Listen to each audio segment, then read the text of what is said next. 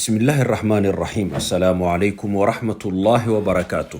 kulanti wacan oo wanaagsan dhammaanba dhegaystayaasha qiimiga iyo qaayaha mudan ee hawada naga dhegaysanayo.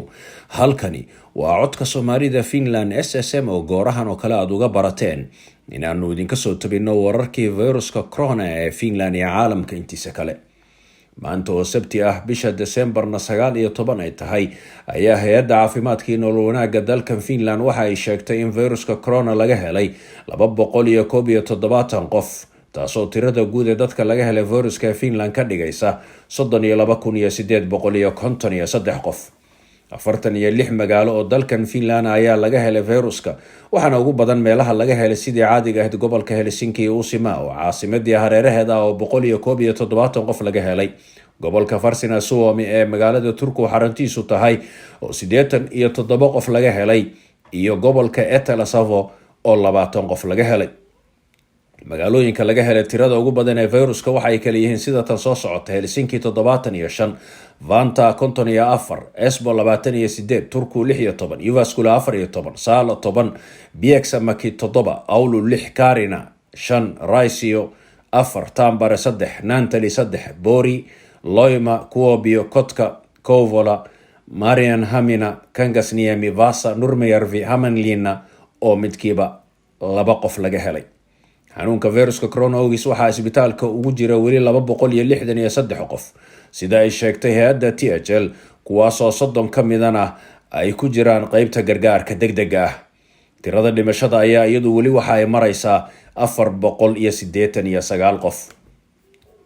magaalooyinka qaarkoodna mar kale waxaa dib uga bilowday u nuglaanta viruska corona, taasi oo khatar keeni karta in mar kale uu kor u kaco.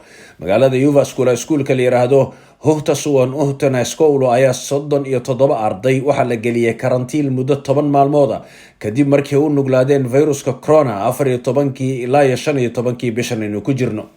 isbitaalka Rouhani Mansaarala oo ku yaala magaalada Tampere oo baryahanba faafista viruska corona ay si aad u ruxday ayaa qofkii shanaad maanta waxa uu dhintay viruska corona.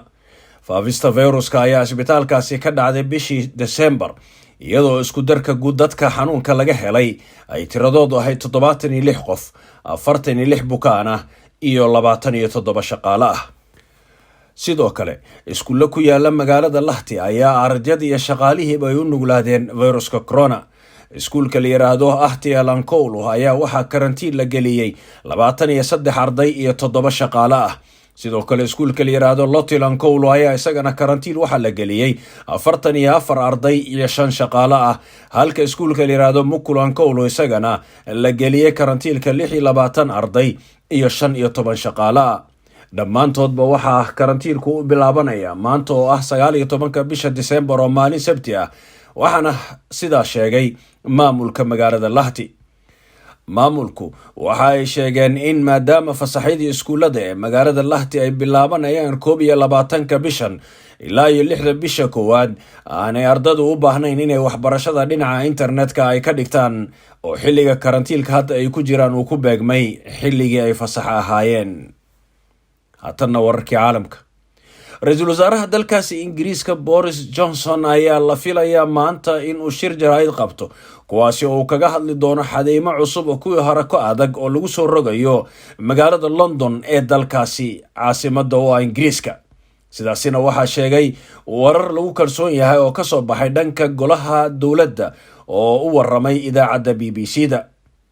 idaacadda BBC-da sida ay sheegtay, Johnson waxa uu soo bandhigi doonaa qayb cusub oo ah jaranjaro hor leh oo ah jaranjarooyinka ama salaanada loo kala qaybiyey xaaladaha viruska corona, sida dalkan Finland 3 heer loogu qaybiyey.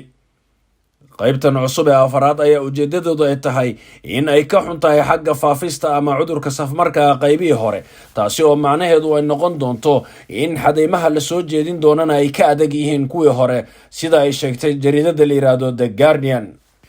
dhinaca kale, wararka ka imanaya dalka Ingiriiska ayaa sheegaya in haatan la xaqiijiyay nooc cusub oo viruska corona oo si dhaqso ah kana dhaqso badan sidii kii hore u faafaya. waxaa ra-iisul wasaaraha dalkaasi Ingiriiska Boris Johnson uu maanta ka hadli doonaa arrinkaasi, isagoo la kulmay dhammaan wasiirada dowladdiisa xaaladaasina ay ka wada hadleen. fayruskan oo nooc cusub ah ayaa lagu arkay dalka Ingiriiska, hase yeeshee meelo kale oo ka mid ah caalamka ayaa la sheegayaa in iyaguna ay nooc sidaasi oo kale haatan ay filayaan inuu ka dilaaco. ra-iisul wasaaraha dalkaasi Scotland Nicola Sturgeon ayaa boggiisa Twitterka waxa uu ku soo qoray in haatan uu shir degdega isugu yeeri doono maanta golahiisa wasiirada. waxaana Mr. Nicola uu tilmaamay in xaaladda faafista fayruska corona ee Scotland ay haatan ka wanaagsan tahay marka loo barbardhigo qaybaha kale ee dalka Ingiriiska, laakiin buu yiri ay habboon tahay inaanu haatan kasii hordegno iskana aragno xaaladan cusub ama xoobsiibshadan cusub ee fayruska corona u xoobsiibtay haatan noocan soo baxay. wasiirka caafimaadka ee dalkaasi Ingiriiska Matt Hancock ayaa noocan cusub ee fayruska corona wuxuu markii ugu horeysay uu ka hadlay maalintii Isniinta ahayd. sidoo kale ninka hogaamiyaha ka ama madaxda ka ah hay'adda daryeelka caafimaadka dalkaasi Ingiriiska ee NHS la yiraahdo Chris Whitty ayaa isaguna hore u sheegay arrinkaasi.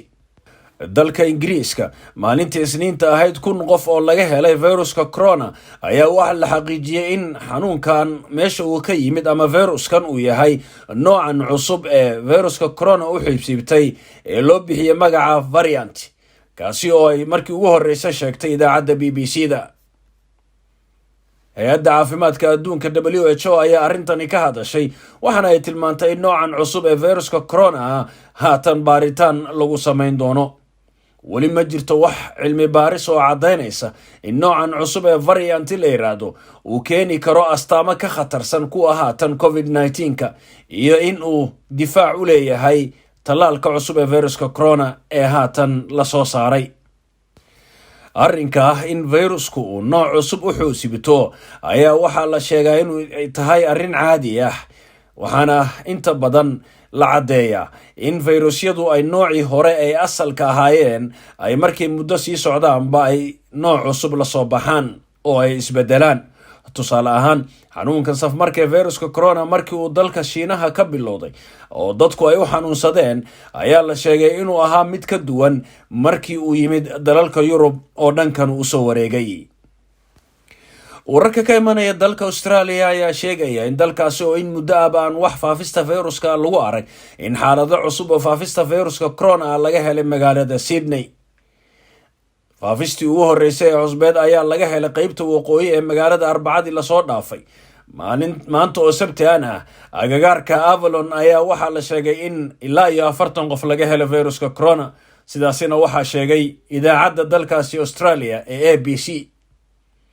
fayruska ayaa dalkaasi Australia hore si aad loola dagaalamay, iyadoo oo magaaladaasi oo 5 milyan ay degan tahay xadiimo adag lagu soo rogay isla markaana si wanaagsan looga hortagay. qaybta waqooyi ee magaalada ayaa haatan dadka degan waxaa la amray in ay guryahooda ku jiraan oo ayna ka soo bixin ilaa iyo Arbacada soo socota. arrinkaasina waxa uu la mid yahay xadiimihii bishii 3aad lagu soo rogay dalka Australia. guriga qofku waxa uu ka soo bixi karaa oo kaliya haddii uu shaqo u socdo ama uu wax laga maarmaana soo iibsanayo ama isboorti u socdo, waxaana sidaasi sheegtay jiradada la yiraahdo Sydney Morning Herald. qaybta la yiraahdo New South Wales ayaa iyadana sidoo kale waxaa dadka la amray in ay guryaha ku jiraan oo aanay ka soo bixin si looga hortago faafista fayruska corona. madaxweynaha dalka Chile Sebastián Pinera ayaa 3,000 oo euro lagu ganaaxay kadib markii uu sawir la galay qof uusan garanin oo ka dalbaday inuu sawir kura la galo, kadibna qofkaasi uu baraha bulshada ku faafiyay sawirkii. madaxweynaha oo waxa la helay sawirkiisu afshareer uusan xirnayn, dabadeedna waxa taasi uu ku mutaystay in la ganaaxo, maxaa yeelay dalkaasi Chile waxa ka jira ganaax aad u adag oo lagu soo rogayo qofka afshareerka ka taga. mararka qaarkoodna ganaaxaasi waxa uu gaaraa xabsi. madaxweyne Pinera ayaa qirtay inuu dambigaasi galay, isla markaana waxa uu dadweynaha ka codsaday cafis iyo inuusan mar dambe arrinka u noqonaynin. dalka Hindiyana 10 milyan ayay kor u dhaafeen haatan tirada dadka laga helay fayruska corona. dhimashada ayaa dalka Hindiya waxa ay maraysaa 145,000. waxaa lagu soo waramayaa in tallaalka laftigiisa dhibaato badan lagala kulmi doono, maxaa yeelay dalkaasi oo kaabayaasha adeegu ay aada u liitaan, islamarkaana dadku magaalooyinka qaarkood ay si isdulsaara ugu nool yihiin, ayaa laga cabsi qabaa in la waayo wax qaboojiyaal ah oo tallaalkaasi la geliyo. guud ahaan marka la eego caalamka, tirada guud ee fayruska corona uu ku dhacay ayaa waxa ay maraysaa 76,149 qof. tirada dhimashada ee caalamkana 1,683,224 ayay maraysaa. qaaradda Yurub markaan eegno, waxaa xanuunku uu ku dhacay 23,578,923, halka dhimashada qaaradda Yurubna ay marayso 510,515.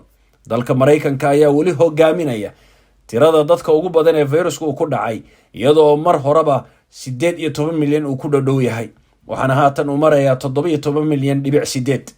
tirada dhimashadana Mareykanku waxa ay gaartay 320,845. maalin walbana in ka badan 2,500 dad ah ayaa Mareykanka xanuunka u dhinta. Hindiya ayaa iyadoona 10 milyan kor u dhaaftay, kaalinta labaad bay ku jirtaa. Brazil 7.16 milyan, kaalinta saddexaad. Ruushka 2.7 milyan, kaalinta afaraad. Faransiiskana 2.4, kaalinta shanaad. Turkiga oo isagu si xawli ah haatan ku socda ayaa 1.9 milyan maraya, 2 milyanna wax yar ayaa uga dhiman, kaalinta lixaad ayuu ku jiraa.